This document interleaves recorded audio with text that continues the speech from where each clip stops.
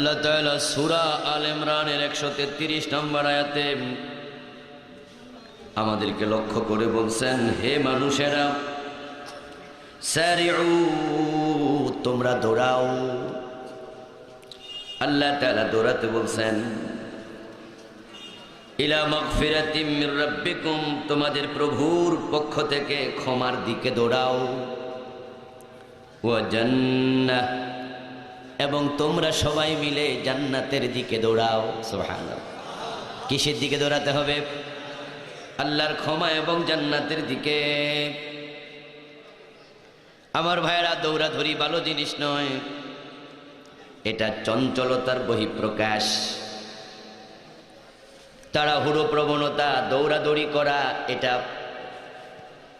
ভাবগাম্ভীর্যতার বিপরীত। ব্যক্তিত্ব সম্পন্ন মানুষের ব্যক্তিত্বের সাথে বেমানান।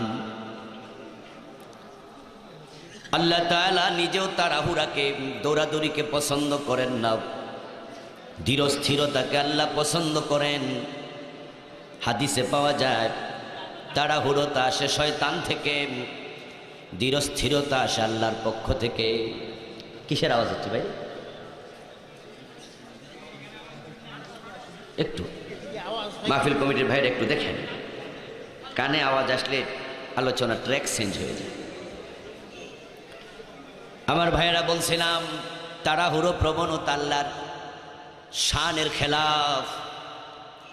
তাই তিনি ধৈর্য, ধীরতা, স্থিরতাকে তিনি পছন্দ করেন। তাই তো আকাশ এবং জমিন বানাতে আল্লাহ সময় নিয়েছেন 6 দিন। খালাকাস সামাওয়াতি ওয়াল আরদা ফি 6 আইয়াম। আকাশ এবং জমিন বানাইতে আল্লাহ সময় নিয়েছেন কয় দিন? আল্লাহ কি আকাশ বানাইতে 6 দিন লাগে, জমিন বানাতে? ইন্নামা আমরুহু ইযা আরাদা শাইআ আন ইয়াকুলা লাহু কুন ফায়াকুন। বরং আল্লাহ তাআলা কোনো কিছু যদি বানাতে চান, তিনি হও বললেই হয়ে যায়। বলতে দেরি, সেটা তৈরি হতে 1 সেকেন্ডও দেরি হয় না। ইন্নামা ইয়াকুলু লাকু কুন ফায়াকুন। তিনি বলেন হও, সাথে সাথে হয়ে যায়। কিন্তু আকাশ জমিন বানাতে লাগলো 6 দিন। এই আয়াতের ব্যাখ্যায় মুফাসসিরগণ বলেন, আল্লাহ তাআলা আকাশ জমিন ধীরস্থিরভাবে বানায়াম এ জমিনের অধিবাসীদেরকে বুঝাচ্ছেন, গুরুত্বপূর্ণ কাজ ধীরে ধীরে করাই ভালো। তাড়াহুড়ো আল্লাহর কাছে অপছন্দনীয় জিনিস। কিন্তু জান্নাতের ব্যাপারে আল্লাহ তাআলা মানুষকে বললেন, এখানে ধীরস্থিরতা নয়, এখানে বরং তুমি দৌড় মারো, তুমি জান্নাতের দিকে দৌড়াও। আমার ভাইয়েরা, দৌড়াদৌড়ি করা ব্যক্তিত্বের খেলাফ। রাস্তায় বাস দাঁড়িয়েছে, যাত্রী তুলবে, দেখবেন বন্ধু, যাত্রীদের মাঝে কিছু আছে, বাস যদি চলে দৌড় মাইরা ওঠে, প্রয়োজনে বাসের পিছন দিয়া ঝুল্লা থাকে। ওই সমস্ত মানুষগুলো, তাদের দিকে তাকাই আমরা বুঝি এ জাতীয় বাসে ঝুলতেছে, দৌড়াদৌড়ি করে লাফাইয়া উঠতেছে, এটা একজন উঁচু পর্যায়ের 1 ক্লাস শিক্ষিত লোকের কাজ। একজন সম্মানী মানুষ প্রয়োজনে গাড়ি একটা কেন 3টা ফেল করবে, তারপরও পিছনে ঝুলে উঠতে চেষ্টা করবে না, চাইবে না।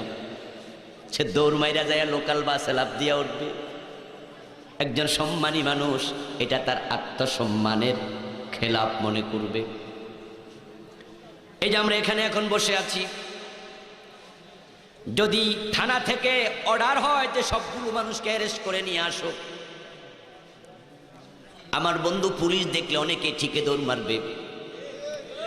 কিন্তু বলুন তো, আমরা যে কয়জন এখানে বসে আছি, আমরা কি দৌড় মারব? এটা আমাদের সাথে যায় না। অ্যারেস্ট হতে রাজি হব, দৌড়তে আটা আমার জন্য মানাবে না, সচিব সাহেবের জন্য এটা মানাবে না। এটা ব্যক্তিত্বের খেলাফ। ওই দৌড়াদৌড়ি ভালো নয়, তাড়াহুড়া প্রবণতা ভালো নয়, কিন্তু আল্লাহ যে মহান ব্যক্তিত্বশীল, ওই মহান ব্যক্তিত্ব সম্পন্ন সত্তা শুধুমাত্র একটা ব্যাপারে বলছেন, এখানে ধীরস্থিরতা নাই, বরং এখানে তোমরা সবাই মিলে দৌড়াও, সেটা হলো আল্লাহর জান্নাত পাওয়ার জন্য। সুবহানাল্লাহ। জান্নাতের দিকে সবাই পাগলের মতো দৌড়াও, প্রতিযোগিতা করে করে দৌড়াও। আমার বন্ধু, শুধু তিনি আমাদেরই দৌড়াতে বলেন নাই, বরং হাদিসে পাওয়া যায় জান্নাত দেওয়ার জন্য আল্লাহ নিজেও দৌড় মারেন। এই ক্ষেত্রে বান্দারে কই দৌড়াও ওই জান্নাতের দিকে। আবার হাদিসে সহিহ বুখারীতে সহিহ মুসলিমে এসেছে, যে ব্যক্তি জান্নাতের দিকে দৌড়ায় তাকে জান্নাতটা দেওয়ার জন্য আল্লাহ নিজেও দৌড় মারেন। قال النبي صلى الله عليه وسلم قال تعالى إذا تقرب العبد إلي شبرا تقربت إليه ذراعا।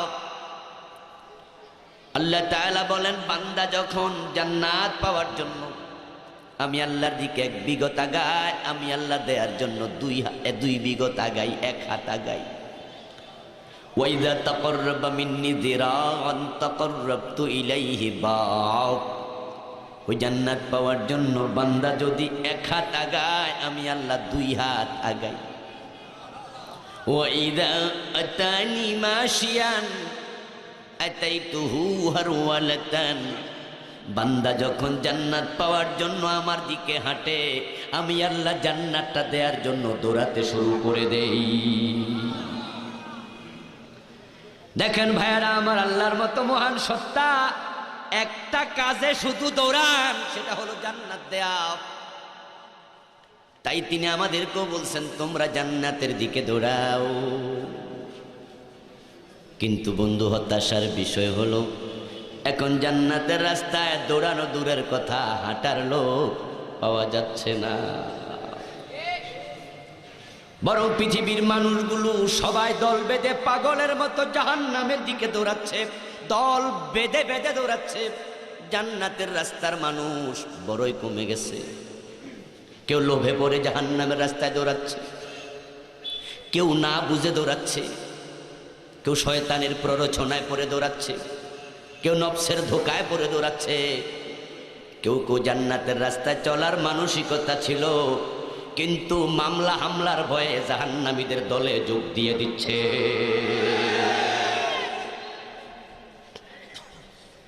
একটা সময় তিনি ঠিকই মসজিদের জুমায় সত্য কথাগুলো বলতেন। এখন ভাবেন ইমামতি জানি চলে যায়, সময় বেশি ভালো না, তাই এখন ইমাম সত্য কথা বন্ধ করে দিয়েছে। এমন ইমাম আছে না নাই? সচেতন মুসল্লিরা বাহিরে একটু একটু কানাঘুষা করে যে হুজুর তো আগে অনেক হক কথা কইতো, কিন্তু ইদানিং ইমামতি চলে যেতে পারে, তাই তিনি হক বলা বন্ধ করে দিলেন। পীর সাহেব হুজুর আগে অনেক হক কথা বলতো, এখন মুরিদ কমে যাবে, পীর হক কথা ছেড়ে দিয়েছে, দাওয়াত কমে যাবে, বক্তা হক কথা ছেড়ে দিয়েছে, মামলা খাওয়া লাগবে, মুসল্লি হক কথা বন্ধ করে দিয়েছে। আস-সাকিতু আনিল হাক্কি শায়তানুল আখরাস। হক কথা না বলে যে ব্যক্তি চুপ হয়ে যাবে, হাদিসে পাওয়া যায় সে বোবা শয়তান হয়। বলুন তো, শয়তান কি জান্নাতীদের দলে না জাহান্নামীদের দলে?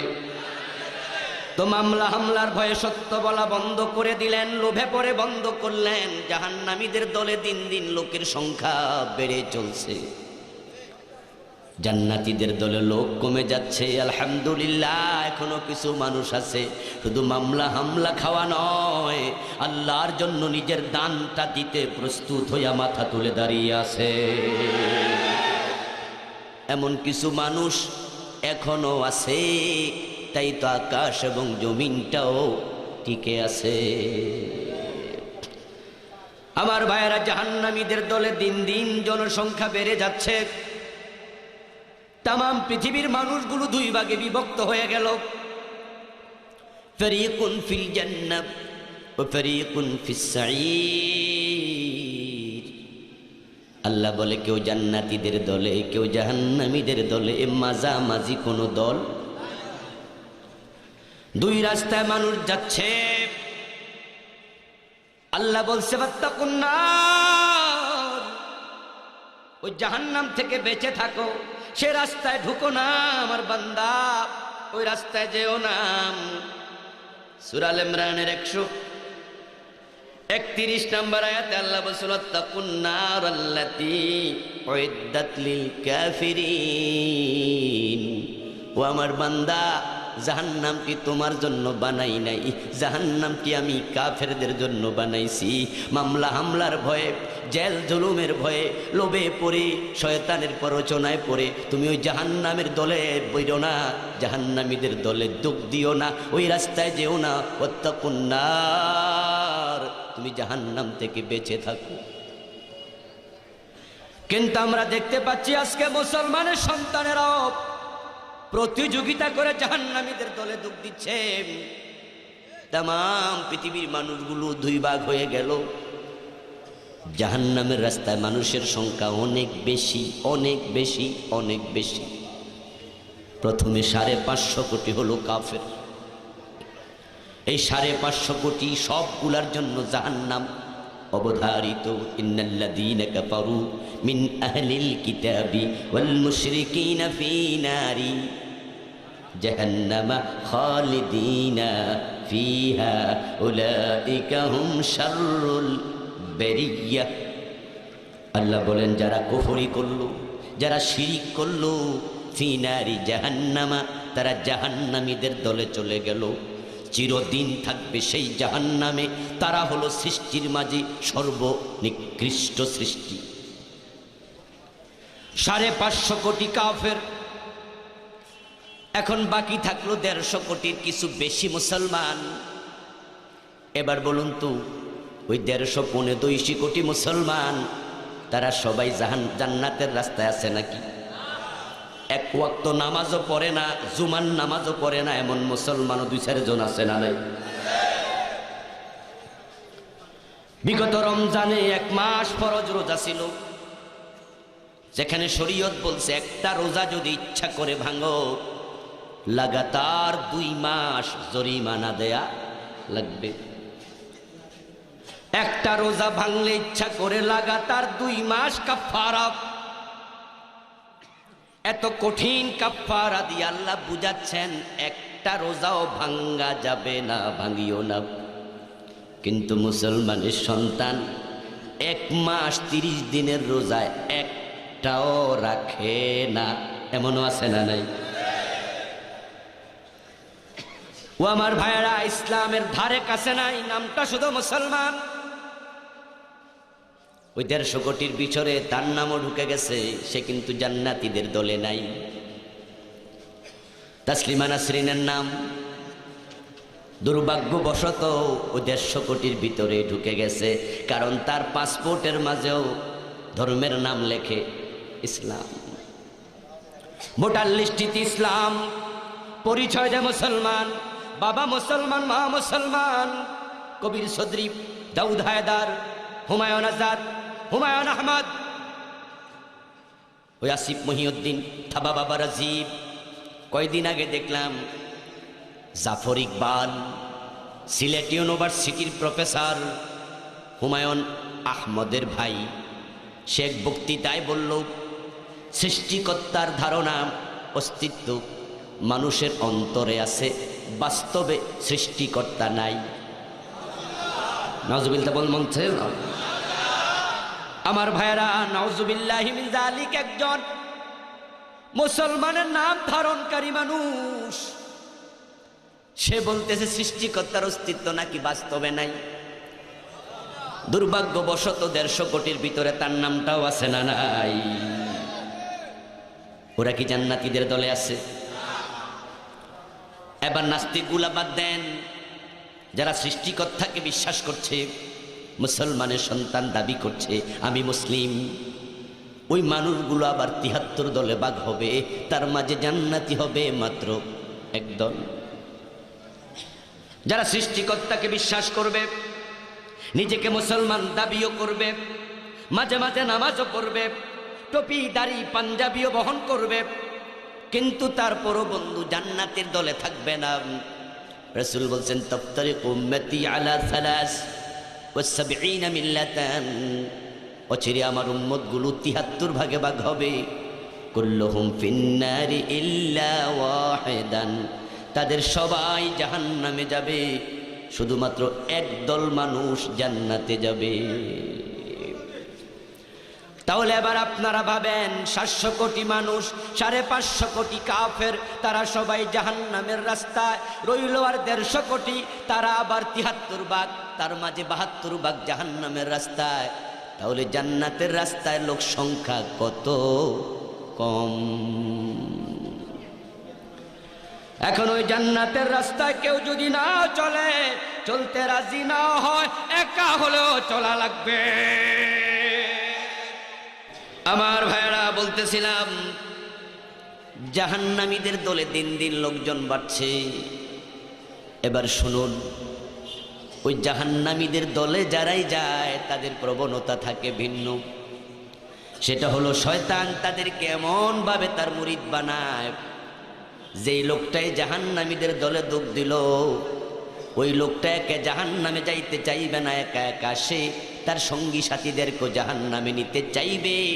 এটাই হলো জাহান্নামীদের প্রবণতা।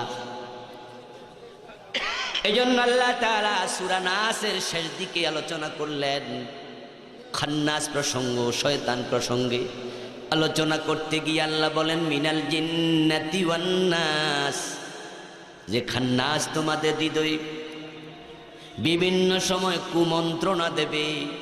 ওই খান্নাস শুধুমাত্র জিন শয়তান নয়, মিনাল জিন্নাতি জিন থেকে আসে, ওয়ান নাস এবং কিছু খান্নাস হবে মানুষ। আন্নাস শব্দ বলে আল্লাহ তাআলা আলোচনা শেষ করলেন। ও বন্ধু, শেষ কথাটা মনে বেশি থাকে, শেষ কথার গুরুত্ব বেশি। তাই দেখবেন স্বাভাবিক অবস্থায় যখন মানুষ মানুষকে কোনো নসিহত করে, উপদেশ দেয়, এটার নাম হয় ওয়াজ, এটার নাম হয় নসিহত। কিন্তু যদি ওই কথাগুলো মরার সময় বলে, তখন এটার নাম হয়ে যায় ওসিয়ত। এবার বলুন তো, নসিহতের গুরুত্ব বেশি না ওসিয়তের গুরুত্ব বেশি? কথা বলতে হবে। ওসিয়ত একই উপদেশ, কিন্তু স্বাভাবিক অবস্থায় বললে ওয়াজ হয়, নসিহত হয়, মৃত্যুর আগে বললে ওসিয়ত হয়। কারণ মরার আগের কথাগুলো শেষ কথা হয়, আর শেষ কথার দাম হয় অনেক বেশি। দেখবেন ভাই আমার, যখন সন্তান বিদেশ যায়, সন্তান যখন বিদেশ রওনা দেয়, মা সন্তানকে উপদেশ দেয়, বাবা এমনে চলবি, এমনে চলবি, এমনে চলবি। বাবা উপদেশ দেয়, সবাই মিলে বিভিন্ন নসিহত করে।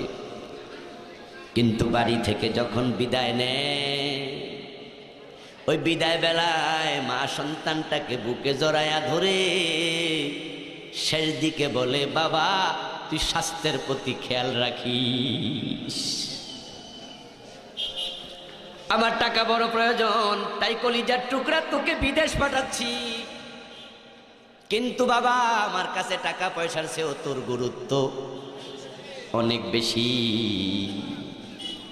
তাই আমাদের টাকা পয়সা দেওয়ার জন্য তুই এমন কোনো কাজে যাইস না যে নিজের ক্ষতি হয়। তাই মায়ের শেষ কথা থাকে, বাঁচা স্বাস্থ্যের প্রতি। শেষ কথাটা অনেক দামি হয়। তো আল্লাহ তাআলা কোরআন মাজিদের শেষ কথা বললেন, আল্লাযী ওয়াসওয়াসু ফী সুদুরিন নাস মিনাল জিন্নাতি ওয়ান নাস। জাহান্নামে যারা তোমাদের টেনে টেনে নিয়ে যাবে, জাহান্নামীদের দলে তোমাদেরকে ভিড়াবে, ওই জাহান্নামের রাস্তা টানার ক্ষেত্রে জিনের চেয়ে, ইবলিসের চেয়ে কিছু মানুষের ভূমিকা থাকবে অনেক বেশি। তাই সাবধান, মানুষ শয়তান থেকে সাবধান, মানুষ শয়তান থেকে সাবধান। আপনারা দেখবেন বন্ধু, যারা জাহান্নামীদের দলে চলে গেছে তাদের প্রবণতা কতটা জঘন্য। একা একা তারা কবিরা গুনাহ করে না। তাই যারা মদ খায় ঘরের দরজা লাগায়া মদ খাইতে পছন্দ কম করে, তাই তারা মদ খাওয়ার জন্য মদের বার বানাইছে। সেখানে সবাই একাত্রে আড্ডা দিয়া খাবে। ও ভাই আমার, হলে সিনেমা মুক্তি পায়, ওই হলের মালিক একাই কবিরা গুনাহ করে না। ওই সিনেমাটা দেখে কবিরা গুনাহ করার জন্য রাস্তায় রাস্তায় মাইক পাঠায়া দেয়, আকর্ষণীয় সিনেমা দেখে যান, এমন দাওয়াত দেওয়ার প্রবণতা আছে না নাই? সে একা একা জাহান্নামে যাবে না। শয়তান তাকে এমন ভাবে কাবু করে, তার মন, মনন, মেধা, যোগ্যতা সব খাটায়া কেমনে মানুষকে জাহান্নামে নেওয়া যায় সে সবটা চেষ্টা করবে। শয়তান তাকে ওইভাবে কবজায় নিয়ে নেয়। আমরা যারা মানুষকে দিনের পথে ডাকি, দেখবেন আমাদের ডাকার প্রবণতার মাঝে ভাটা পড়ে। আমি আপনাকে বললাম ভাইজান নামাজে চলেন, তা আপনি বললেন জি হুজুর আজকে লুঙ্গিটা ভালো নাই, এমন আছে না? আপনি যান, পরের দিন আপনার সাথে আমার আবার দেখা, ভাই নামাজে চলেন, আপনি বলেন হুজুর পড়মু, আপনি যান। পরের দিন আবার দেখা, নামাজে চলেন, এবার আপনি চেহারা একটা কালো করে ফেলছেন, কালো করে এখন হুজুর নিজের নামাজ নিজে পড়েন। কথা বোঝেন? চতুর্থ নম্বর দিনে আমি আপনাকে আবার দেখা হইলে নামাজে চলেন, বলবো কি বলবো না, মনে মনে ভাববো বেটা তো কাইলে কইছে নিজেরটা নিজে পড়ে। এরপরও বলে বসলাম ভাইজান নামাজে চলেন, এবার আপনি বললেন হুজুর এত দাওয়াত লাগবে না, আমিও বুঝি ইসলাম, যান আগে নিজেরটা নিজে সারেন, আমনে কওয়া লাগবো না। তখন আমি আবুল কালাম আজাদ মনে মনে বলবো বেটা তুই জাহান্নামে যা, আমার কি আসে যায়, তোরে আর কইতাম না। পরের দিন দেখা হলে আবার নামাজে চলেন, এ কথা বলার সম্ভাবনা কমে যাবে। আর যদি আমি বলি সে একটা গালি দিয়ে দেয়, তাহলে পরের দিন নামাজের কথা বলার সম্ভাবনাই আর থাকবে না। আমরা দিনের পথে যারা ডাকি, একটা পর্যায়ে আমরা থেমে যাই যদি সে বিপরীতমুখী হয়। কিন্তু যারা মানুষকে জাহান্নামের পথে নেবে তারা থামে না, একটার পর একটা কেমনে কাজে লাগানো যায় লাগায় আপনাকে ঘায়েল করবে, তারা থামতে জানে না। মানুষ জান্নাতের পথে চলে, এক পর্যায়ে মানুষও ঘুমায়া যায় ক্লান্ত হয়ে, কিন্তু মানুষকে যে শয়তান জাহান্নামের পথে নিতে চায় সে 24 ঘন্টা চেষ্টা করে, সে কিন্তু ঘুমায় না। জাহান্নামীদের রাস্তা নেয়ার জন্য একটার পর একটা প্ল্যান শয়তান খান্নাস এ মানুষগুলো করতেই থাকে। যারা সিনেমা বানায়া মানুষকে কবিরা গুনাহগার বানাইছে, সিনেমার হল বানায়া দাওয়াত দিয়া কবিরা গুনাহ দল বাইদা করাচ্ছে, তারা ভেবে দেখেছে এই সিনেমা দিয়া মানুষকে জাহান্নামে নেয়ার জন্য যথেষ্ট নয়, তাই তারা এবার ভারত থেকে সিনেমার আমদানি করছে। শুধু ভারতীয় সিনেমা যথেষ্ট নয়, তাই তারা আকাশ খুলে দিয়েছে। এখন যুবকদের মোবাইলের ভিতরে নেকেড সিনেমা পাওয়া যায়, একটার পর একটা তারা ধাপ আগায়া নিচ্ছে কেমনে জাহান্নামে নেওয়া যায়। ও বন্ধু, চারদিক থেকে জাহান্নামে নেয়ার জন্য জাল এমন ভাবে বিস্তার করতেছে, ওই জালে মানুষ কোনো না কোনো ভাবে পা দিতে বাধ্য হচ্ছে। তারা নাটক বানাচ্ছে, ওই নাটকের মাধ্যমে দিন বিমুখ করছে। তারা সিনেমা বানাচ্ছে, দিন বিমুখ করছে। তারা গল্প লিখছে, দিন বিমুখ করছে। কবিতা লিখছে, দিন বিমুখ করছে। তারা এইভাবে একটার পর একটা করছে, করে চলছে। দাওয়াত দিচ্ছে, তারা মানুষকে বোঝাচ্ছে দুনিয়া মস্ত বড়, খাও দাও ফুর্তি করো, হুজুরদের কথা শুনে কি লাভ, কয়দিন বাঁচবা, লাইফটাকে এনজয় করো, উপভোগ করো, খাও দাও ফুর্তি করতে থাকো। এখন কি খাইয়া ফুর্তি করবেন সেটা তিনি লিখেননি, তাই পরবর্তী লেখক এসে বড় ভাইকে সহযোগিতা করে লিখে, এই বেলা ভাই মদ খেয়ে নাও, কাল নিশীথের ভরসা কই, চাঁদনি জাগিবে যোগ যোগ ধরে, আমরা তো আর রব না সই। তারা মানুষকে চারদিক থেকে জাহান্নামে নেয়ার জন্য বিশাল বড় বড় ফাঁদ পেতে বসে আছে। এখন আমরা যে কয়জন জান্নাতের পথে আগাতে চাই, আমাদেরকে খুব সতর্কতার সাথে আগানো দরকার আছে না নাই? ও আমার ভাই, জান্নাতের রাস্তাটা কখনোই ফুল বিছানো ছিল না, এটা ছিল সব সময় মরুময়, দুর্গম, বড় কণ্টকাকীর্ণ, বড় পিচ্ছিল, বড় বন্ধুর। এই রাস্তায় চলতে গেলে চারদিক থেকে ষড়যন্ত্র হবে, চারদিক থেকে মামলা হামলা হবে, আক্রমণ হবে, একটার পর একটা বিপদ আসবে। কিন্তু এরপরেও যারা জান্নাতের পথের পথিক, তারা টিকে থাকার সিদ্ধান্ত নেবে। চাকরি চলে যাক কিন্তু জান্নাতের পথ ছাড়বে না, ব্যবসা চলে যাক জান্নাতের পথ ছাড়বে না, এলাকায় থাকা যাবে না, হিজরত করা লাগবে, বাড়িঘর ছেড়ে দেবে, জান্নাতের পথ ছাড়বে না। এক পর্যায়ে তাদেরকে অ্যারেস্ট করে জেলে দেওয়া হবে, জেলে যাবে, জান্নাতের পথ ছাড়বে না। ফাঁসির রশি দেখাবে, ফাঁসিতে তুলতে রাজি হবে, তারপরও জান্নাতের পথ ছাড়বে না।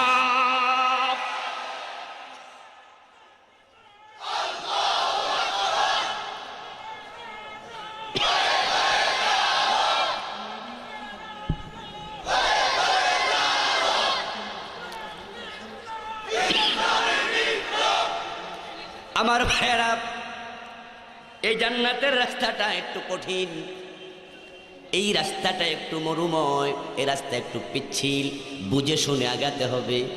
আমরা যখন বৃষ্টি হওয়ার পরে কোন রাস্তায় চলতে গিয়ে দেখি কেমন স্যাঁতস্যাঁতে ভাব, মনে হয় যেন শেওলা পড়ে আছে, আমরা তখন হাঁটার সময় পায়ের বুইরা আঙ্গুল দিয়া কিন্তু একটু সাপ, কথা বলেন না কেন ভাই, কিছু হেঁটে কয়ে নাকি দেই না আমরা? দেখবেন যে একজন মুরব্বীরা কয়ে, এই বাচ্চা পাশে পাশে পাহাড় বুড়ি আঙুল দিয়ে টিপ দে। কারণ কি? কারণ হচ্ছে একটু পিচ্ছিল রাস্তা, অসতর্ক হলে চিটপটাং হতে পারে। আমরা যখন রাস্তায় হাঁটতে গিয়ে দেখি সামনে গর্ত আছে, তখন আমরা গর্তের ভিতরে পা দেই না লাভ দেই? কথা কয় না আমার ভাই, পা দেই না লাভ দেই? সতর্ক না হলে গর্তে পড়ে যাবেন। এখন জান্নাতের রাস্তা পিচ্ছিল, পা টিপে হাঁটবেন, এই রাস্তায় গর্ত আছে, মাঝে মাঝে লাভ দেবেন। এই রাস্তার দুই পাশে কাটা, যেই কোনো সময় গায়ে বিঁধে যাবে, জামা কাপড় সতর্কতার সাথে নেবেন।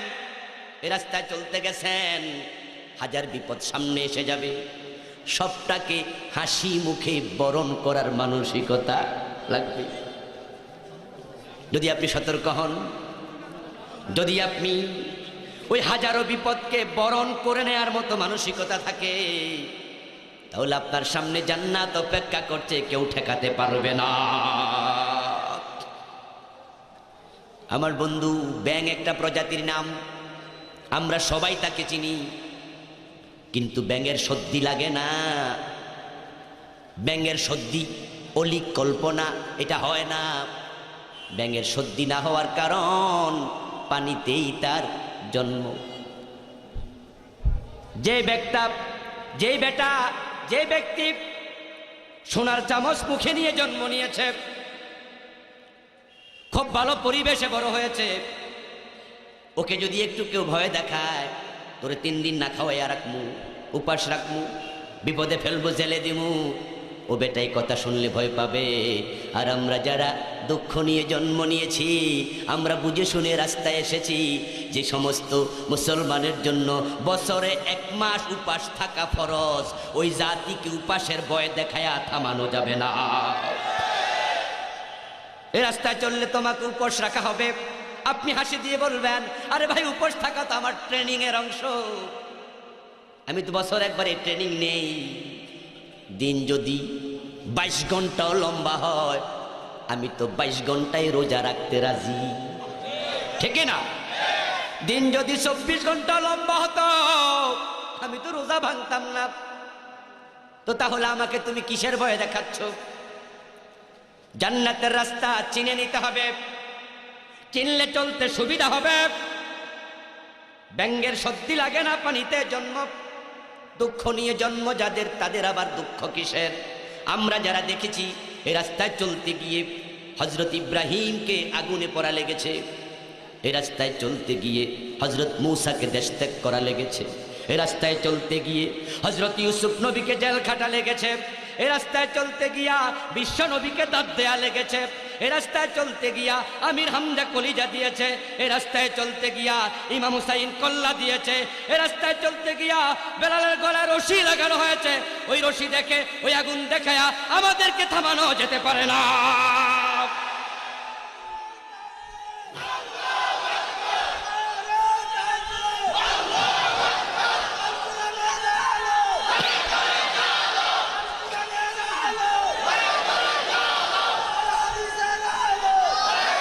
আবার মুসলমান ভাইয়েরা বলুন তো, বিশ্ব নবী যে দাঁত দিছে ওনার কোন অপরাধ ছিল? অপরাধের রেজাল্ট নাকি এটা যে অন্যায় করছে তাই মানুষ দাঁত ভেঙে লাইছে? ইউসুফ নবী যে জেলে গেছেন এটা কি অন্যায়ের শাস্তি ছিল যে তিনি অপরাধ করছেন তাই জেলে দিছে? না ও বন্ধু, দিনের রাস্তায় আপসহীনভাবে চলা সহজ নয়। জুলাইখা ইউসুফ আলাইহিস সালামকে কুপ্রস্তাব দিয়েছিল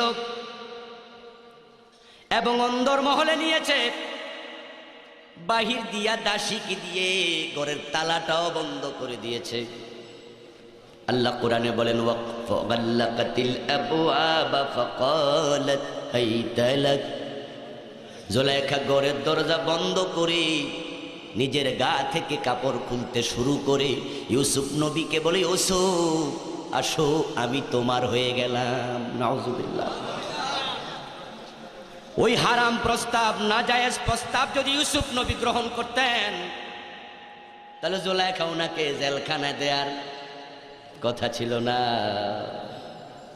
বরং ইউসুফ আলাইহিস সালাম রে ওনার স্বামী আজিজে মিশরের অগোছরে গ্লাসে গ্লাসে বইরা দুধ খাওয়াইতো, ঠিক না? হালুয়া রুটি সাপ্লাই দিত।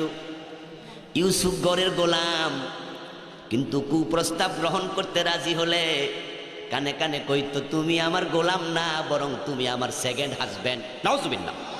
বলতো কি না, আমার স্বামী যখন বাড়ি থাকবে না তখন তুমি আমার ঘরে আসবা, এ দরজা তোমার জন্য খোলা। কোরআনে আল্লাহ বলেন, ওয়াগাল্লাকাতিল আবওয়াবা ফাকালাত হাইতা লাক।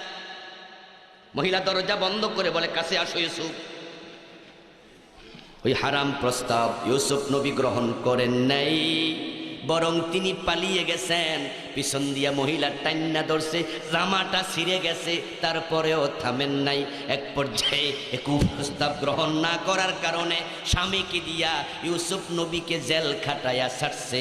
অন্যায়ের সাথে আপোষ করলে ইউসুফ নবী জেল খাটা লাগতো না। ঠিক আজকের জমিনে যে আলেম ওলামা জেলে আছে, অন্যায়ের সাথে আপোষ করলে তারাও জেলে থাকা লাগতো না।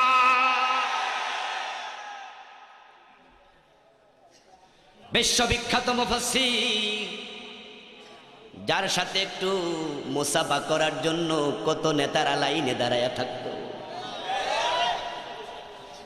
আমার ভাইয়ারা একটু ভাবুন তো, আজকে সেলফির যুগ। এখন মোবাইলের মাঝে আমাদের অনেক মন্ত্রীও সেলফি তুলে ফেসবুকে দেয়, ঠিক না? আপনারাও জানেন, বড় মাপের মন্ত্রী হে জিব্বা বের করা সেলফি তোলে, ছোট ছোট মাইয়া ফোলা পানের লগে তুলে তুলে আবার ফেসবুকেও দেয়। তা আজকে সেলফির যুগ, মোবাইল হাতে নিয়ে অনেকে সেলফি তোলে। আমাদের আল্লামা যদি বাহিরে থাকতেন, অনেক নেতারা ওনার সাথে সেলফি তুলে নিজকে ধন্য মনে করত। উনি কারো সাথে সেলফি তোলার প্রয়োজন বোধ করতেন না, কিন্তু অনেকে বলতো, হুজুর একটু দাঁড়ান, একটা ছবি তুলি। ও বন্ধু, কেন তুলবে সেটা পরের বিষয়। অনেক জায়গায় আমরাও দেখি আমাদেরকে দাঁড়ায়া বিদেশি এয়ারপোর্টে দুবাইতে কানেক্টিং ফ্লাইটের জন্য অপেক্ষা করছি, ওখানে কিছুক্ষণের মাঝে জন্মা গেল। তো সেলফি বিভিন্ন জন তুলছে, মানা করলো, শোনে না। ঠিক ইতিমধ্যে এক মহিলা দৌড় মারছে, সে আইসা, এক্সকিউজ মি, 1 ফিট। তাকায় দেখি গায়ে কাপড় চোপড় নাই। সেলফির একটা রোগ হয়ে গেছে মানুষের, হে আমার চিনেও না, কিন্তু ভাবতেছে সবাই যে তুলতেছে লোকটা মনে ভিআইপি। তা আমি সাথে সাথে বললাম সরি, তখন একটু লজ্জা পেয়ে চলে গেল। ও ভাইয়ারা আমার, আমাদের আল্লামা সেলফি তোলার প্রয়োজন বোধ করতেন না, কিন্তু ওই নেতারা তুলে ভক্ত, উনার সাথে একটু মহব্বত আছে, ভালোবাসা আছে, এটা জমা করে রাখি, হয়তো কোনোদিন কাজে লাগতেও। কিন্তু একটা মাত্র কারণে আজকে এমন একটা মানুষ বিপদে পড়ে আছে, অন্যায়ের সাথে যিনি জীবনে কোনোদিন আপোষ করেন নাই। আপনারা বোঝেন, যদি পীর হইয়া তিনি মুরিদ বানাতেন, উনার মতো মুরিদ বাংলাদেশে কোনো পীর পেত না। ও বন্ধু, উনি যদি পীর হতেন তাহলে উনার হালুয়া রুটি দেওয়ার লোকের অভাব হতো না। জেলে যাওয়া তো পরের কথা, বরং উনি থাকতেন বাংলাদেশের সবচেয়ে সম্মানের আসনে। আল্লাহ রাসূল সাল্লাল্লাহু আলাইহি ওয়াসাল্লামের মতো ভালো ব্যবহার জমিন এমন মানুষ কোনোদিন পায় নাই, কোনোদিন পাবে না। কিন্তু উনাকে দাঁত ভেঙ্গে দিল, হেলমেট ভেঙ্গে মাথায় ঢুকেছে। 3 ঘন্টা রাসূল বেহুশ ছিলেন ওই উহুদের মাঠে। লোকজন উনাকে কাঁধে করে উহুদ পাহাড়ে তুলেছে, রক্তে পাহাড় ভেসে গেছে। একটা মাত্র কারণ, আবু জেহেলের সাথে কোনো আপোষ করেন নাই। এখন আপোষহীন মনোভাব নিয়ে আপনি আমি বুঝে শুনে জান্নাতের রাস্তা আগাতে হবে। আল্লাহ বলছে দৌড়াও ওই জান্নাতের দিকে।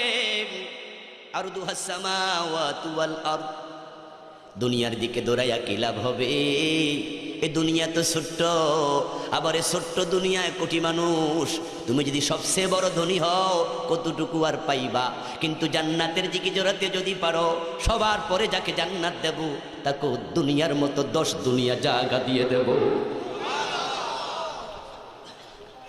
আল্লাহ তাআলা মুমিনদেরকে সব বাধা উপেক্ষা করে নিজের জীবনের সর্বশেষ চেষ্টাটুকু কাজে লাগিয়ে জান্নাতের দিকে এজন্য দৌড়াতে বলছেন।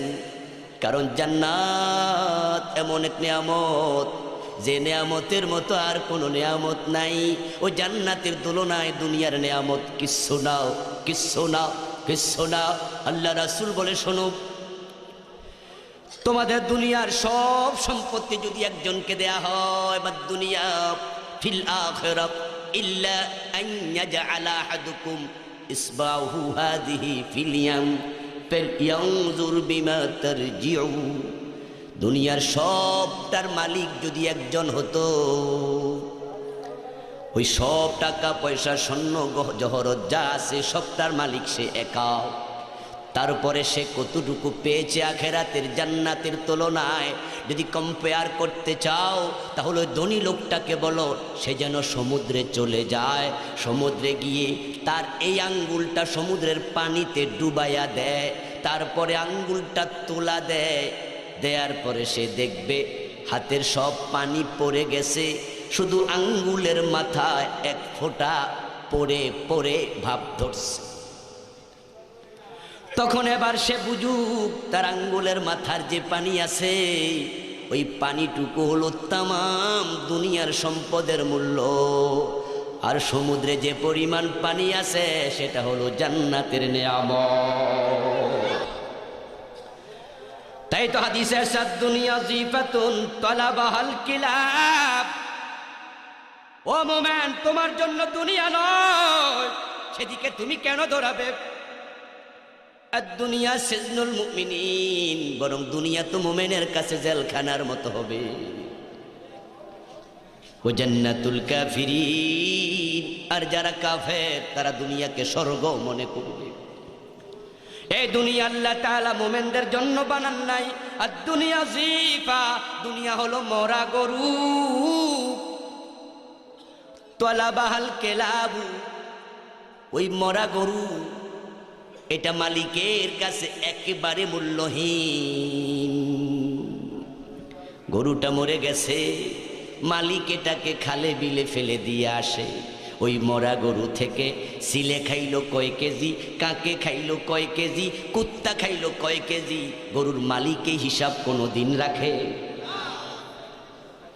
এটা কাকে খাক, সিলে খাক, ইগলে খাক, কুত্তা খাক, যে যা মনে চায় খাক, ওটার দিকে মালিকের খবর নাই, কারণ গরু মরা গরু দাম নাই। তাই দুনিয়ার উইলিয়াম বিল গেটস কত কোটি টাকার মালিক হলো, মিস্টার স্লিম হেলু কয়েক কোটি টাকার মালিক হলো, বারাক ওবামা কোন দেশের প্রেসিডেন্ট হলো, কে কতটুকু দুনিয়া নিল, আল্লাহ ফিরত তাকায় না। তাই তিনি বলছেন, মোমেন দুনিয়ার দিকে দৌড়াও না, জান্নাতের দিকে দৌড়াও। ওই মরা গরুর পিছনে তোমরা কেন দৌড়াবে? তলাবাহাল কেলাব। তবে হ্যাঁ, এই মরা গরু মালিকের কাছে দাম নাই, কিন্তু কুত্তার কাছে বড় দামি।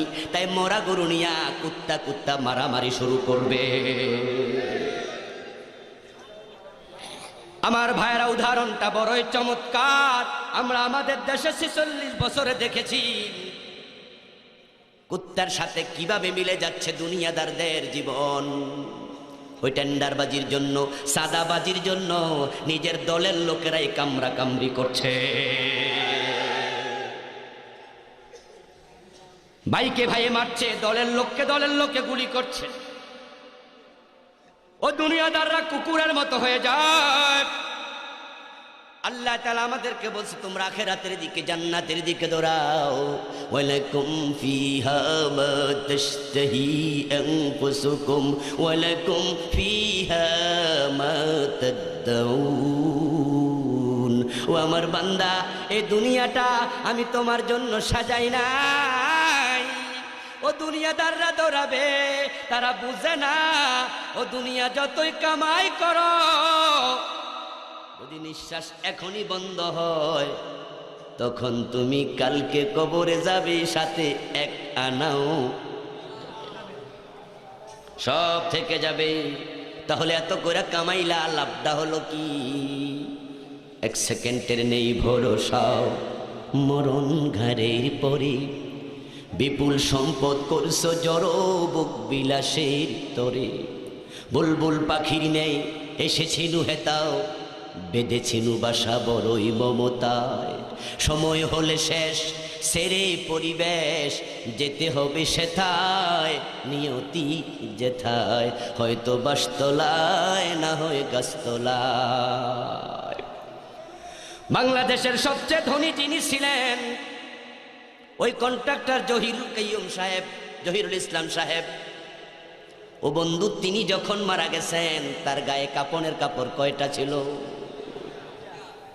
আর পথের ফকির যে ব্যক্তি মানি ব্যাগে 1 টাকাও রেখে মরে নাই, রাস্তায় মরে পড়ে আছে, এলাকার লোকজনও কিন্তু তাকে চাঁদা তুলে কাপড় 2টা দেয় নাই, তাকেও ঠিক 3টাই দিয়েছে। এবার মিলান তো, জহিরুল ইসলাম সাহেবের লাশের সাথে 3টা কাপড়, ফকিরের সাথেও 3টা, দুজনই সমান, কোনো ব্যবধান নেই। এজন্য আল্লাহ তাআলা বলছেন, তোমরা আখিরাতের দিকে দৌড়াও। রাসূল বলছেন, শোনো দুনিয়ার মানুষ, ইন্নী লা আরিফু মান ইয়াখরুজু মিনান নারি আখিরা ওয়া ইন্নী লা আরিফু মান ইয়াদখুলুল জান্নাতা আখিরা ফাইন্নাহু ইয়াকুনু হুমামা ইয়াখরুজু মিনান নারি হাবওয়া। সবার পরে যেই লোকটা জাহান্নাম থেকে মুক্তি পাবে এবং সে জান্নাতে যাবে, জান্নাতের দরজা চিরতরে বন্ধ হবে, আমি নবী মুহাম্মদ তাকে চিনি। আল্লাহ তাআলা জাহান্নামীদেরকে জাহান্নামে শাস্তি দেবেন চিরকাল, কিন্তু চিরকালীন খুলুদ ঘোষণার আগে আল্লাহ ফেরেশতাদেরকে বলবেন, বিভিন্ন অপরাধের কারণে বিভিন্ন মেয়াদি সাজা নিয়ে আমার যে মুসলিম ও বান্দাগুলো, মোমেন বান্দাগুলো জাহান্নামে আছে, ও জাহান্নামের ফেরেশতারা আমি ক্ষমা ঘোষণা করে দিলাম, তাদের সবাইকে জাহান্নাম থেকে বের করে জান্নাত দিয়ে দাও। আল্লাহ তাআলার সাধারণ ক্ষমা ঘোষণার সাথে সাথে জাহান্নামে যত মোমেন ছিল সবাইকে বের করে আনা হবে, জান্নাতে দিয়ে দেয়া হবে। ফেরেশতারা রিপোর্ট করবেন, প্রভু জাহান্নামে আর কোনো মোমেন নাই। আপনি জাহান্নামের দরজা চিরদিনের জন্য বন্দর ঘোষণা করেন। আল্লাহ তাআলা তখন বলবেন, না না, এখনো জাহান্নামে আমার একজন বান্দা আছে, তাকে নিয়ে আসো। ও ব্যক্তির অন্তরে সরিষা পরিমাণ ঈমান আছে, আর যার অন্তরে সরিষার পরিমাণ ঈমান আছে, আখরিজু মিনান নারি মান কানা ফি কলবিহি মিসকালা হাববাতিন মিনাল ঈমান, তাকে বের করে নিয়ে আসো। তাকেও জাহান্নামে রেখে আমি জাহান্নামের দরজা বন্ধ করব না। ফেরেশতারা জাহান্নামে ঢুকে হন্য হন্য হয়ে খুঁজবে, এসে আল্লাহকে রিপোর্ট করবে, প্রভু হয়ে জাহান্নামে আর কোনো মোমেন পাই নাই, নাই কোনো মোমেন, সব কাফের। জাহান্নামের প্রধান ফেরেশতার নাম হলো মালিক। কি নাম? মালিক। আল্লাহ মালিককে ডেকে বলবেন, মালিক তুমি জাহান্নামে যাও, আমার একজন মোমেন বান্দা আছে, আমি কোন মোমেনকে জাহান্নামে চিরস্থায়ী রাখবো, তাকে নিয়ে আসো। মালিক ফেরেশতা পুরা জাহান্নাম খুঁজবে, খুঁজে এসে আল্লাহ তাআলার কাছে রিপোর্ট করবে, প্রভু আমিও তো খুঁজে দেখেছি জাহান্নামে কোনো মোমেন নাই। অথচ রাসূল বলেন, মা যেমন তার সন্তানকে চিনে, মালিক ফেরেশতাও জাহান্নামকে ঠিক তেমনই চিনে। আপনার মাথার তুলিতে কোন জায়গায় কালো তিল আছে আপনি জীবনে কোনোদিন দেখেন নাই, কিন্তু আপনার মা সেটাও জানে। আপনার শরীরের কোন অংশে কি দাগ আছে ওই পিছনে আপনি কোনোদিন দেখেন নাই, মায়ের কাছে সব পকপকা পরিষ্কার। কোন সন্তান যদি বিদেশের জেলে 6 মাস, তারপরে জেল কেটে মুক্তি পাইয়া দেশে আসে রাতের 1টা বাজে, 6 মাস মোবাইল, চিঠি, টেলিফোন যোগাযোগ নাই, সন্তান যে কই আছে মাও জানে না। রাতের 2টা বাজে, 3টা বাজে, 1টা বাজে, ওই ঘুমন্ত মায়ের দরজায় দাঁড়ায়া যদি মা বলে একটা ডাক দেয়, ওই ঘুমন্ত মা সন্তানের কণ্ঠ চিনতে 1 সেকেন্ড দেরি হবে না। মা যেমন সন্তানকে চিনে, মালিক ফেরেশতা জাহান্নামকে তেমনই চিনে। কিন্তু মালিক ফেরেশতাও খুঁজে পাবে না কোথায় আছে সেই মোমেন বান্দাটা। এসে বলবেন, প্রভু আমিও তো খুঁজে পাইনি। আল্লাহ বলবেন, মালিক জাহান্নামের দিকে একটু কান পেতে শোনো। মালিক কান পেতে শুনতে পাবেন জাহান্নামের ভিতর থেকে আওয়াজ আসছে, সুবহুন কুদ্দুসুন রব্বুনা ওয়া রব্বুল মালাইকাতি ওয়ার রূহ। আল্লাহ বলবেন, মালিক এই লোকটা মোমেন যদি না হতো, জাহান্নামের আগুনের ভিতরে রাব্বুনা বলে আমাকে ডাকতো না, আমার তাসবিহ পড়তো না, এই লোকটাকে তুমি বের করে নিয়ে আসো।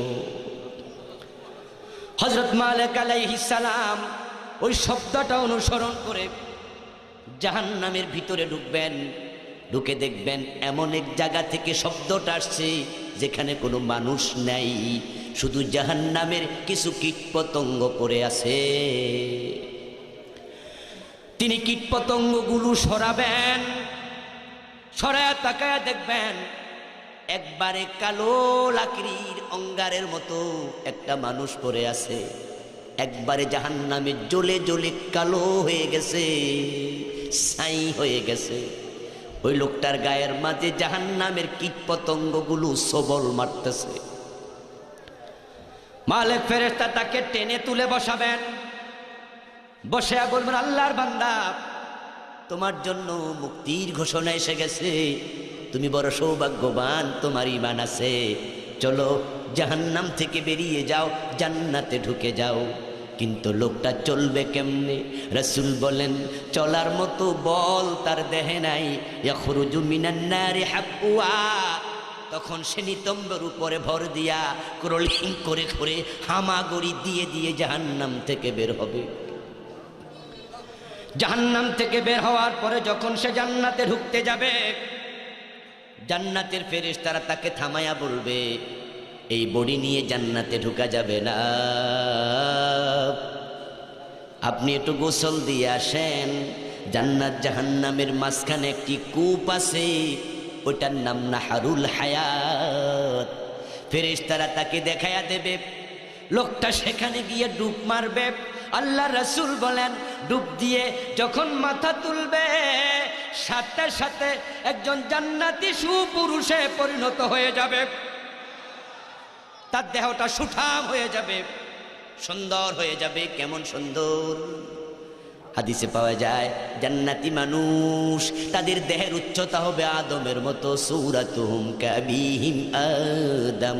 জান্নাতীদেরকে আদমের মতো বড় বানানো হবে, ইউসুফ নবীর মতো সুন্দর বানানো হবে, বিশ্ব নবীর মতো চেহারা লাবণ্য দেয়া হবে, দাউদ নবীর মতো কণ্ঠস্বর দিয়ে তারপরে দাড়িবিহীন মুছবিহীন 33 বছরের যুবক বানিয়ে জান্নাতে দেয়া হবে।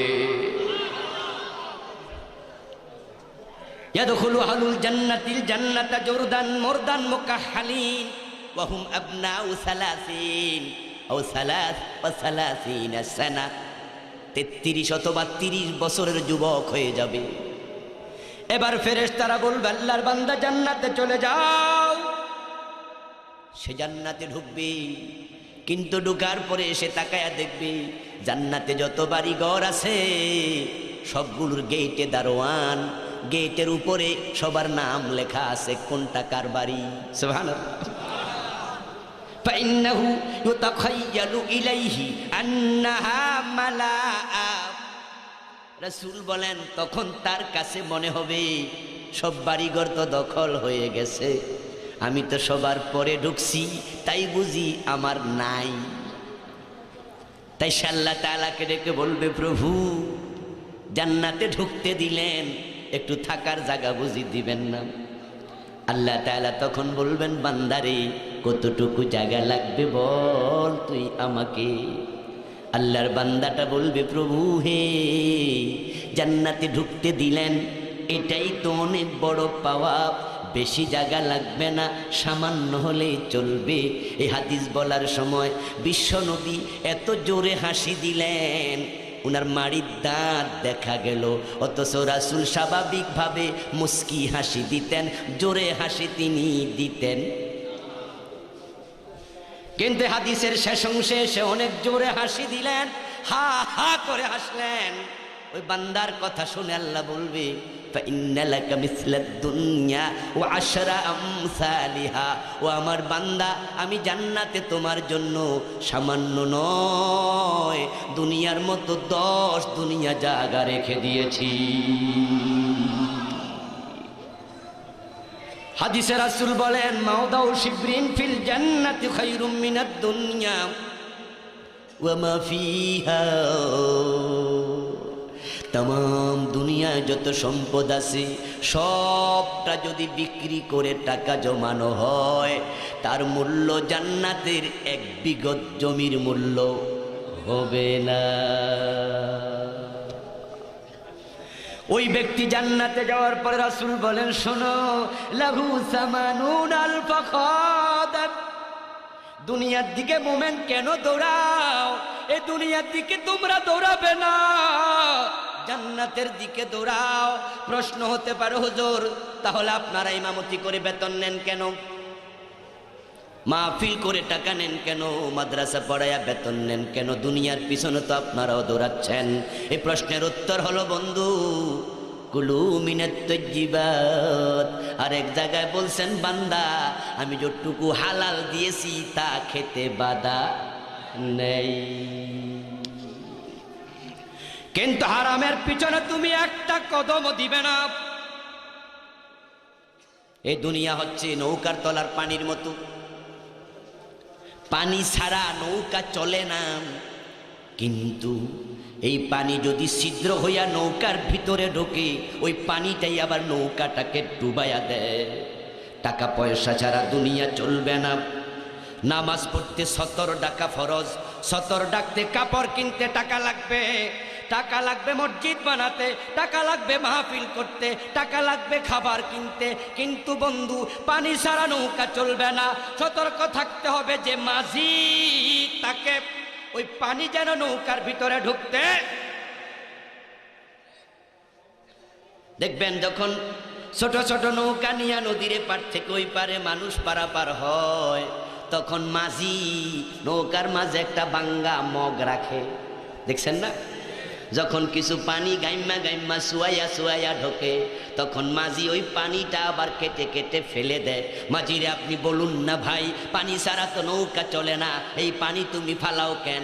তখন মাঝি বলবে, এই পানিটা নৌকার তলায় থাকুক, নৌকার ভিতরে না। টাকা ছাড়া জীবন চলবে না, কিন্তু টাকার জন্য পাগল হওয়া যাবে না। তাহলে টাকা আপনাকে ডুবাইয়া ছাড়বে।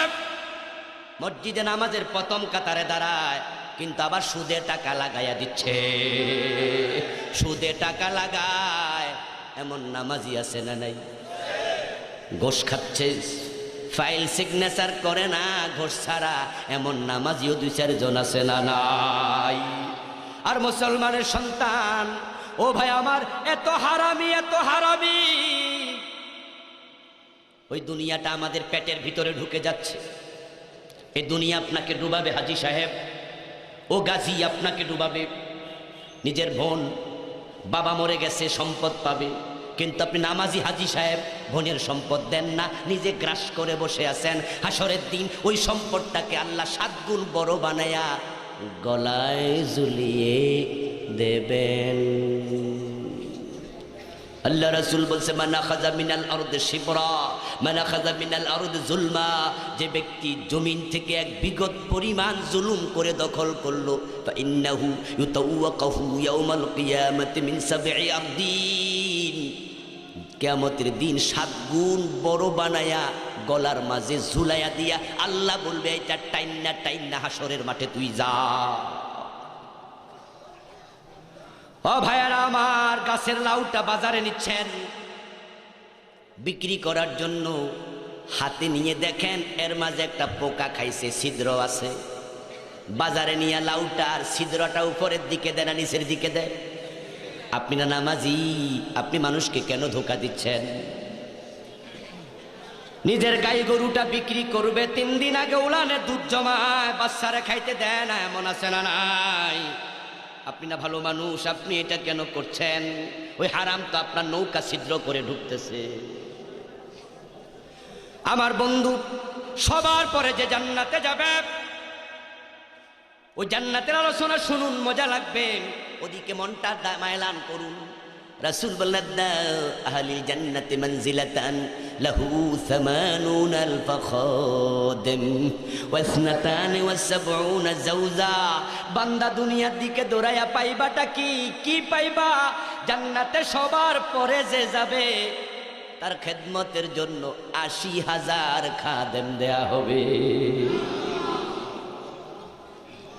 80,000 খাদেম, এবং এই খাদেমগুলোর বয়স হবে 13 থেকে 15-এর ভিতরে।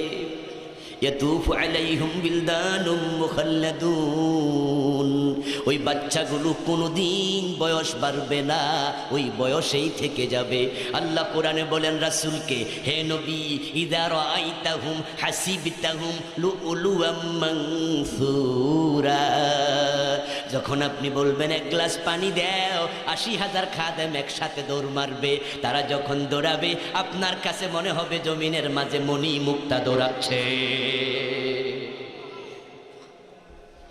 ওয়াইসনাতানে 70 দাউজা, এবং জান্নাতীদের মাঝে সবার পরে যে জান্নাতে যাবে, কিছুক্ষণ আগে যার কথা বললাম, ওই লোকটাকে দেয়া হবে 72 জন হুর। 72 জন জান্নাতি এমন নারী, হুর মানি জান্নাতি মহিলা, দুনিয়ায় তাদেরকে দেখা যায় না, তারা অলরেডি আছে। হুরুম মাকসুরাতুন ফিল খিয়াম, জান্নাতের তাবু, খিমাতুনের জামা খিয়ামুন, জান্নাতের মাঝে তাবু আছে, ওই তাবুগুলোতে আল্লাহ তাদেরকে বানায়া রেখে দিছে। আল্লাহ রাসূল বলেন, ইন্না ফিল জান্নাতে লাখিমাতান মিন লুলুয়াতিন ওয়াহিদাতিন মুজাওয়াফাতিন আরদুহা 60 মাইলা, জান্নাতের তাবু একটা মুক্তার ভিতরে থাকবে। আল্লাহ একটা মুক্তা দিয়া তাবু বানাবেন, যে মুক্তার ভিতরে পরিধি হবে 60 মাইল লম্বা। ওই তাবুগুলাতে হুরদেরকে বানায় আল্লাহ রেখে দিয়েছেন। সবার পরে যে জান্নাতে যাবে তাকে জান্নাতে ঢুকায় আল্লাহর ফেরেশতারা তাকে বসতে দেবে এমন একটা খাটের উপরে। ওই খাটের উচ্চতার ব্যাপারে আল্লাহ কোরআনে বলেন ওয়াফুরুশিম মারফুআ, ওই বিছানাটা হবে বড় উঁচু। এখন কত উঁচু সেটা কোরআনে নাই। আল্লাহ রাসূল বলেন খামসুনা আমান, 500 বছর যদি কোনো একটা ঘোড়া দৌড়ায় তাহলে যতটুকু যাবে ওই খাটটা ততটুকু উঁচু হবে।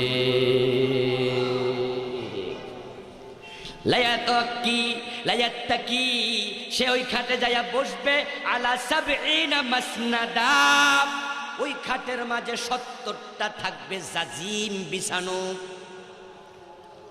ফেরেশতা তাকে ঢুকায়া জাহান্নাম থেকে বের করে গোসল দিয়া ঢুকায়া ওই জাজিমের নিচে উপরে নিয়ে বসাবে।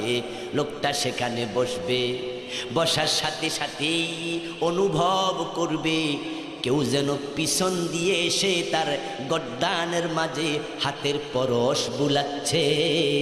ফাতাতিহি ইমরাতুন ফাতাদরিবু আলা মানকাবিহি, রাসূল বলে ওই 72 জন হুর থেকে একজন হুর আল্লাহ পাঠাবে, যাও যাও তোমার এই স্বামী জাহান্নামের আগুনে জ্বলতে জ্বলতে অঙ্গার ছাই হয়ে গিয়েছে, আজকে তাকে আমি মুক্তির বার্তা শুনিয়েছি, তাকে জান্নাতে ঢুকিয়েছি, তার সাথে একটু খোশালাপ করে তার মনটাকে একটু খুশি করে দাও। ওই জান্নাতি হুর সামনে দিয়ে আসবে না, বরং পিছন থেকে আসবে, এসে গর্দানে হাত রাখবে। রাখার পরে লোকটা অনুভব করবে পিছন থেকে কেউ যেন টাচ করেছে। তাই ফায়াংজুরু, সে একটু তাকাবে, তারপরে সে দেখতে পাবে খদ্দাহু ওয়াজহাহু ফি খদ্দিহা আসফা মিনাল মিরআ।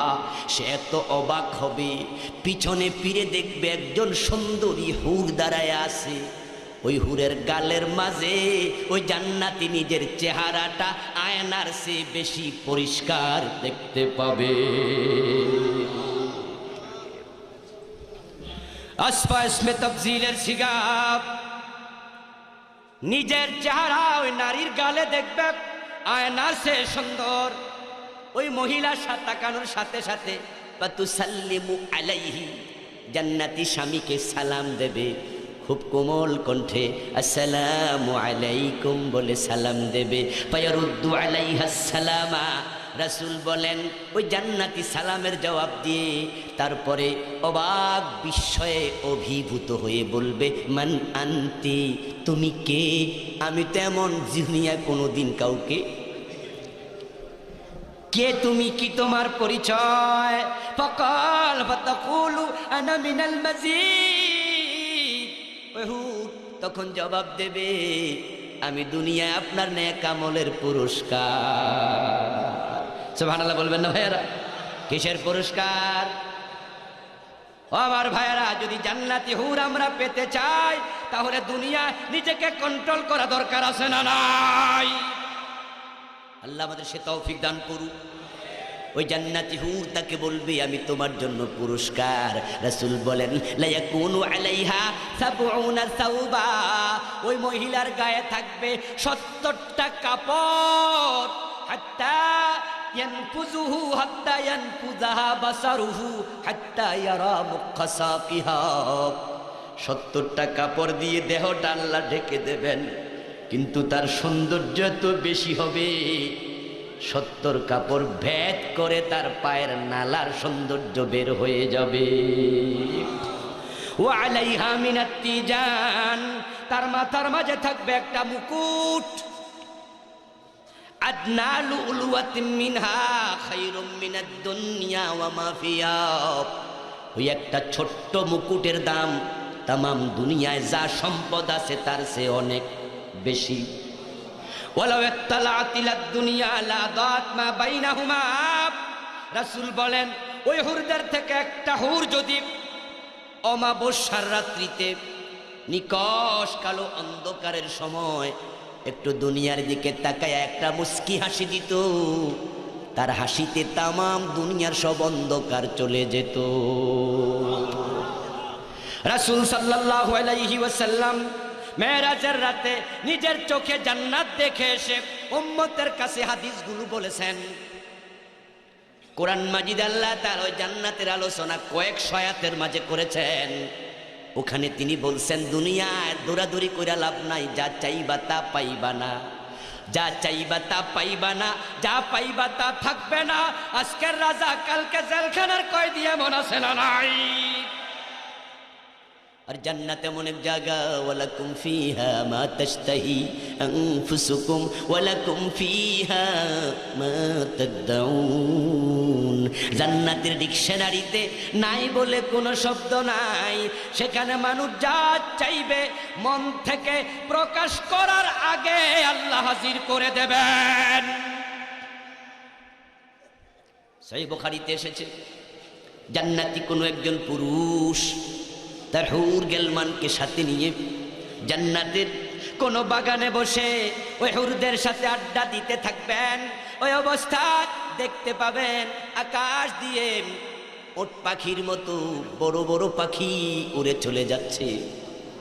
ওই পাখিগুলো দেখার সাথে সাথে জান্নাতি লোকটার মনে স্বাদ জাগবে, যদি একটা পাখি ভুনা করে খাওয়া যেত।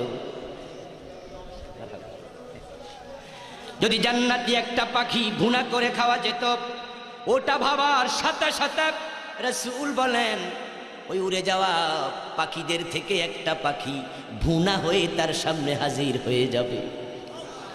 ওই লোকটা একা সবটা পাখি অত্যন্ত স্বাদ ভরে মজা ভরে খাবে।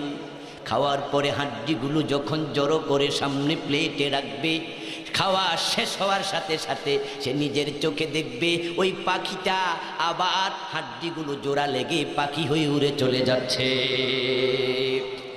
আল্লাহ রাসূলের বক্তব্য শুনে একজন সাহাবী মাঝখান থেকে দাঁড়িয়ে গেলেন, ইয়া রাসূলাল্লাহ, হাল ফিল জান্নাতি মিন খাইলিন, আমি যদি জান্নাতে গিয়ে আল্লাহ তাআলার কাছে কোনো ঘোড়া চেয়ে বসি, প্রভু আমার একটা ঘোড়া দেন, আমি কি ঘোড়াটাও পাবো? রাসূল বলেন, ইন্নাল্লাহ আদখালাকাল জান্নাহ ফালা তাশাউ আন তাহমিলা আলা ফারাসিন মিন ইয়াকুতাতিন হামরা ইয়াতিরু বিকা হাইসু শিইতা ইল্লা ফাআলতা। আল্লাহর বান্দা, জান্নাতে মনে জায়গার নাম যেখানে নাই বলতে কিছু নাই। তুমি যদি বলো আল্লাহ মাংস হাড্ডি তৈরি রক্তের তৈরি ঘোড়া নয়, আমি লাল ইয়াকুত পাথরের তৈরি ঘোড়া চাই, দুনিয়ার জমিনে টকটক করে চলেছে এমন ঘোড়া নয়, আকাশে উড়বে এমন ঘোড়া চাই। তুমি চাইতে দেরি, আল্লাহ তোমাকে তা দিতে দেরি করবেন না। আমার ভাইয়ারা, অবারিত নেয়ামতে ভরপুর করে আল্লাহ তাআলা জান্নাত তৈরি করে অপেক্ষা করছেন। যেমনই ভাবে আপনজনেরা বাসর ঘর সাজায়া বর কনের জন্য অপেক্ষায় থাকে। এ রাস্তায় মানুষ যদি দৌড়াতে জানতো, মানুষ যদি দৌড়াতো, আল্লাহ ওই জান্নাত দেওয়ার জন্য এত পাগল পাড়া। যারা জান্নাতের রাস্তায় হাঁটে, আল্লাহ বলছেন তিনি জান্নাত দেওয়ার জন্য দৌড়াবেন। আর যারা জান্নাতের রাস্তায় দৌড়াবে তাদেরকে দুনিয়ায় থাকতেই আল্লাহ জান্নাত দিয়ে দেবেন। যেমন আবু বকর, ওমর, ওসমানকে দিয়েছেন তাদের মরার অনেক আগেই। এজন্য আসুন বন্ধু, ওই জান্নাতের রাস্তায় আমরা প্রতিযোগিতা করে দৌড়াই। দুনিয়ার হাজারো বাধা আমাদের উপেক্ষা করতেই হবে। আমরা দুনিয়ার ক্ষমতার মোহে কথা বলি না, আমরা ক্ষমতায় যেতেও চাই না, কাউকে ক্ষমতা থেকে নামাতেও চাই না। আমাদের ওয়াজ শুনে আপনারা হয়তো কেউ কেউ ভুল বুঝেন, হুজুররা মনে হয় ক্ষমতা চায়। আল্লাহর কসম করে আমি বলতে পারি, আমি ক্ষমতার জন্য একদিনও কথা বলি না। আমি যা শিখেছি আমি তা বলেছি, আমি যা জেনেছি আমি তা বলার চেষ্টা করছি। ক্ষমতায় কোনো ব্যক্তিকে আমরা নিতে চাই না, আমরা আল্লাহর কোরআনটাকে ক্ষমতায় নিতে চাই।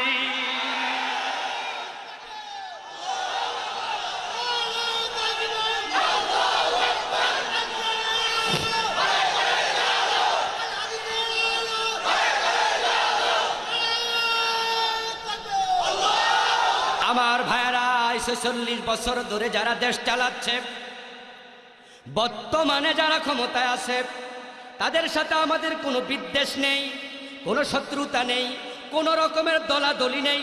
তারা আমাদের জমি দখল করেনি, আমাদের বাড়িঘর নেয়নি, আমার পকেটের টাকা ছিনিয়ে নেয়নি, কোনো শত্রুতা নাই।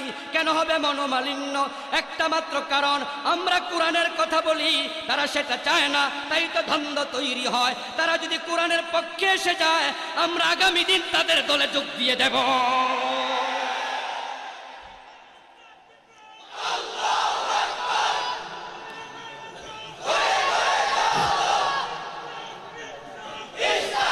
আমার ভাইয়েরা, জান্নাতের পথে যেতে হলে সাথে কোরআনটা নেওয়া দরকার আছে না নাই?